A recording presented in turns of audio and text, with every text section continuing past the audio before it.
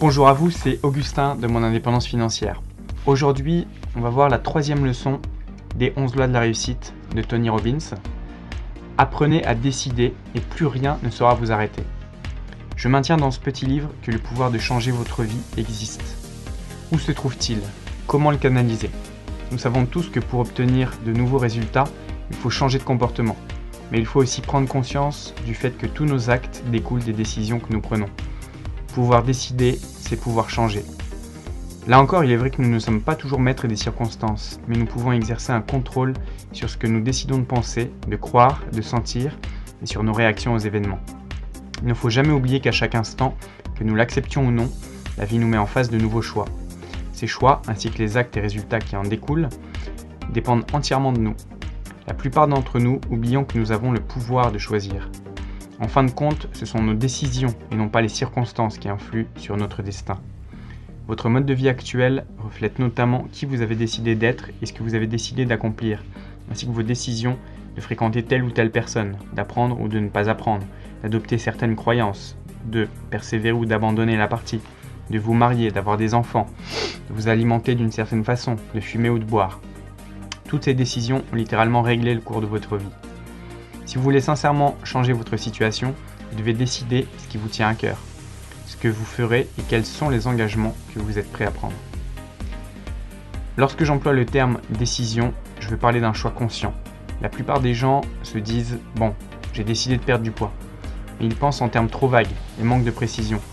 En fait, ils se contentent d'énoncer une préférence. En d'autres termes, ils disent « j'aimerais être plus mince ». En fait, il n'y a de prise de décision que lorsqu'on refuse de considérer tout autre scénario possible, que l'on se concentre exclusivement sur son but, que l'on ne se permet même pas de douter.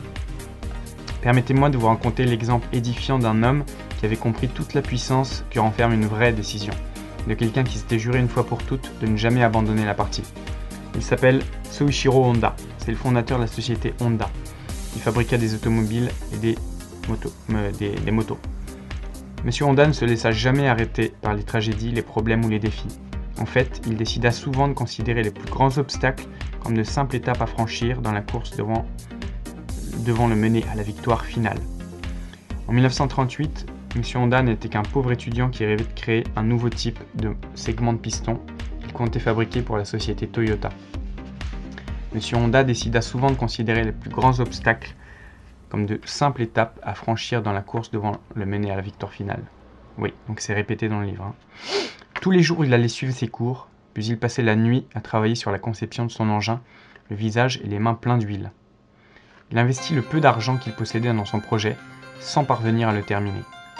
En dernier ressort, il dut mettre les bijoux de sa femme au clou pour pouvoir continuer. Après des années et des années d'efforts, il parvint enfin à dessiner le type de segment de piston qu'il comptait fermement vendre à Toyota. Mais lorsqu'il présenta son produit, Toyota refusa de l'acheter. Il dut retourner à l'université où il se fit humilier par ses professeurs et par ses amis qui lui dirent qu'il était complètement idiot de dessiner les plans d'un machin aussi ridicule. Était-il frustré? Et comment? Était-il fauché? Sans aucun doute. Abandonna-t-il la partie? L'idée ne n'en effleura même pas. Au lieu de cela, il passa les 2 années suivantes à réfléchir aux moyens d'améliorer la conception de son segment de piston. Il connaissait la formule clé qui le mènerait à la réussite. Il décida ce qu'il voulait. 2. Il exécuta son plan d'action. 3. Il évalua constamment ses progrès. Et 4. Il révisa ses méthodes chaque fois qu'il se trouvait sur une fausse piste. Il sut faire preuve de souplesse et modifia ses stratégies pour surmonter les obstacles sur son chemin. Enfin, au bout de 2 autres années, il peaufina la conception de son engin et Toyota finit vraiment par le lui acheter. Monsieur Honda avait besoin de béton pour construire son usine de pistons. Mais tout le béton disponible avait été réquisitionné, car le branle-bas de combat régnait au sein du gouvernement japonais qui se préparait à livrer la Seconde Guerre mondiale. Une fois de plus, son rêve paraissait sur le point de s'écrouler. Personne ne semblait pouvoir l'aider. Là encore, en fut-il découragé? Pas le moins du monde. Il était fermement décidé à construire son usine et n'envisageait même pas la possibilité de renoncer à son projet. Il réunit donc quelques amis et pendant des semaines, ils travaillèrent nuit et jour pour expérimenter diverses méthodes de fabrication, jusqu'au jour où ils trouvèrent enfin une nouvelle façon de produire du béton. Il construisit alors son usine et put enfin produire ses segments de piston. Mais l'histoire continue. L'histoire ne s'arrête pas là. Pendant la guerre, les États-Unis bombardèrent son usine et en détruisirent la majeure partie. Au lieu de s'avouer vaincu, M. Honda rallia ses employés autour de lui et leur dit « Vite, courez observer ces avions. Ils vont larguer leurs bidons d'essence dans le vide. Il faut trouver les points de chute de ces bidons pour les ramasser, car ils sont faits de matières premières dont nous avons besoin pour fabriquer nos produits. » À l'époque, il était impossible de se procurer ces matériaux au Japon. M. Honda avait découvert le moyen de profiter de ce que la vie voulait bien lui offrir. Finalement, un tremblement de terre détruisit son usine et il fut obligé de vendre son entreprise de production de segments de pistons à Toyota. Mais Dieu ne nous ferme jamais une porte sans nous en ouvrir une autre. Aussi devons-nous rester à l'affût de ce que la vie peut nous offrir.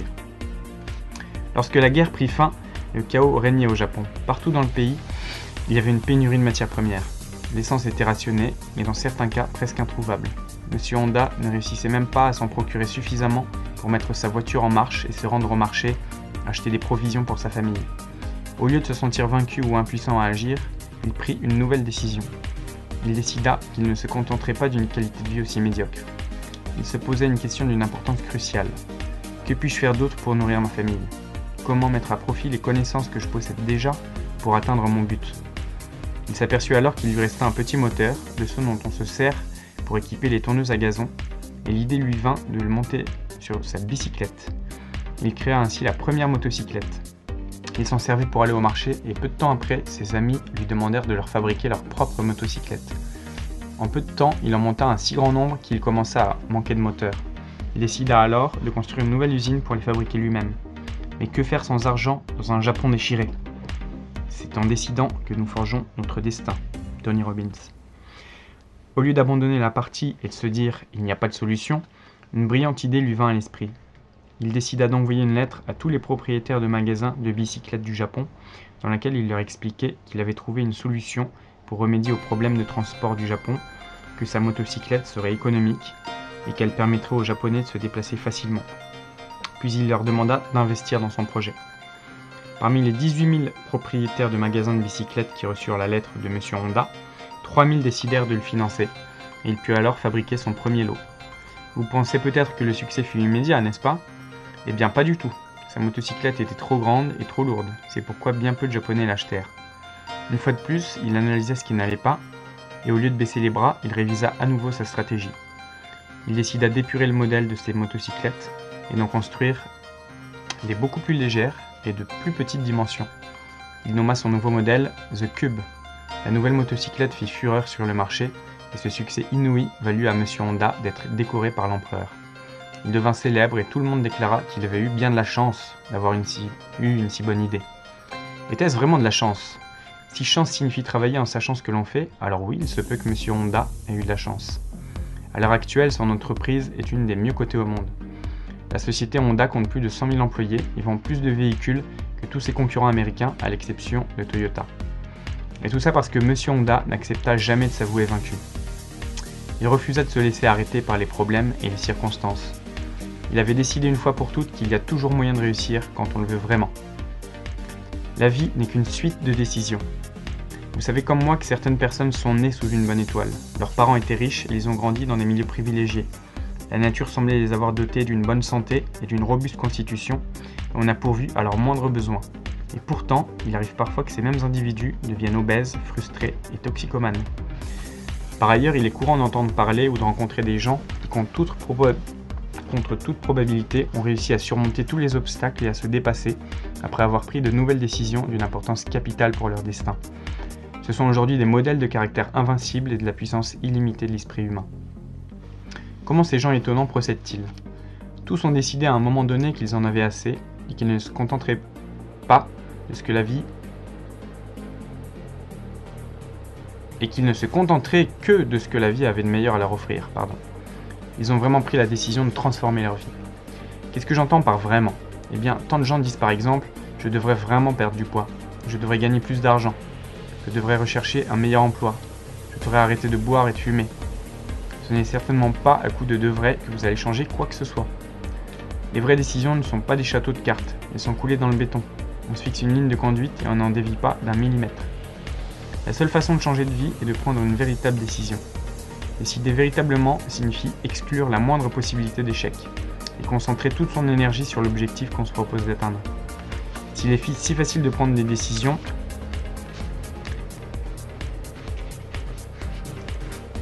si les décisions peuvent avoir un tel impact sur notre vie, pour quelle raison si peu de gens en prennent? C'est qu'ils ne savent pas en quoi consiste une vraie décision. Ils s'imaginent que décider équivaut à dresser une liste de vœux pieux. J'aimerais arrêter de fumer, ou j'aimerais arrêter de boire. En fait, la plupart d'entre nous n'avons plus pris de décision sérieuse depuis si longtemps que nous en avons même oublié ce que c'est. Lorsque l'on prend une véritable résolution, on se fixe une ligne de conduite dont on ne dévie pas d'un millimètre. Les vraies décisions ne sont pas des châteaux de cartes, elles sont coulées dans le béton. On sait exactement ce qu'on veut. Cette prise de conscience se traduit par une puissance d'action accrue. Ceux qui luttent contre des forces supérieures et triomphent dans la vie prennent tous les jours 3 décisions capitales. Ils décident 1. Sur quoi concentrer leur attention. 2. Quelle est la signification réelle de chaque chose. 3. Quel plan d'action adopter. L'histoire d'Ed Roberts fait aussi partie des exemples que j'aime citer. C'est un homme ordinaire, en fauteuil roulant, qui est devenu un être vraiment exceptionnel en décidant un jour de transcender ses limites physiques. Entièrement paralysé depuis l'âge de 14 ans, il a appris malgré d'énormes difficultés à se servir quotidiennement d'un appareil respiratoire pour mener une vie aussi normale que possible. Après avoir frôlé la mort plusieurs fois, il aurait pu prendre la décision de s'abandonner au désespoir, mais il a choisi au contraire de faire progresser la cause des personnes handicapées. Comment? En menant depuis 15 ans un combat contre la société des gens dits normaux et contre leur condescendance à l'égard des personnes handicapées. Il est parvenu ainsi à améliorer considérablement leur sort et leur qualité de vie. Ed Roberts a éduqué le grand public. Grâce à lui, l'usage de rampes d'acier pour fauteuil roulant, de barres d'appui et d'emplacements de stationnement réservés s'est répandu considérablement. Il fut le premier tétraplégique à recevoir un diplôme de l'université de Berkeley, en Californie. Il obtint finalement le poste de directeur du service de rééducation des personnes handicapées de l'État de Californie. Là encore, il fut le premier handicapé à occuper ce poste. Il est clair que cet homme avait décidé dès le début que le cœur de ses préoccupations serait différent de celui de la majorité des personnes handicapées. Il se concentra sur la façon de faire avancer les choses. Son handicap physique constituait un défi à ses yeux. Il décida de faire tout ce qu'il pouvait pour aider ses semblables, affligés comme lui de handicap, à mener une vie plus facile. Il prit l'engagement de réaménager l'environnement de façon à améliorer la qualité de vie des handicapés. Le cas d'Ed Roberts prouve sans contredit que ce qui importe bien plus que le point de départ, c'est la ligne d'arrivée, et notre décision quant à la façon de l'atteindre. Tout ce qu'il a réussi à accomplir est le fruit d'une vraie décision. Quant à vous, pensez à quel point votre vie se trouverait transformée par ce genre de décision. Décidez dès maintenant. Tout progrès humain a précédé d'une décision. Quelles sont les choses que vous ne cessez de remettre au lendemain? Qu'est-ce que vous devez faire pour améliorer votre existence? Il s'agit peut-être de décider de remplacer la cigarette et l'alcool par du jogging ou de la lecture, ou bien de vous lever plus tôt le matin et d'avoir une attitude plus positive. Ou bien de décider que vous n'accuserez plus personne d'être à l'origine de vos problèmes et de réfléchir à ce que vous pourriez faire chaque jour pour améliorer votre situation. Ou de décider de chercher un nouvel emploi en prenant dès le départ la résolution de devenir indispensable. Ou décider d'étudier et d'acquérir de nouvelles compétences qui vous permettront de gagner plus d'argent. Ou encore de décider de vous consacrer davantage à votre famille et à vos amis.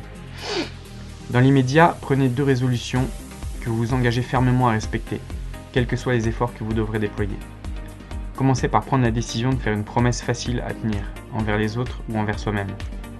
En prenant une telle décision et en passant ensuite aux actes, vous prouverez que vous êtes capable de prendre des décisions d'une portée bien supérieure à cette première résolution.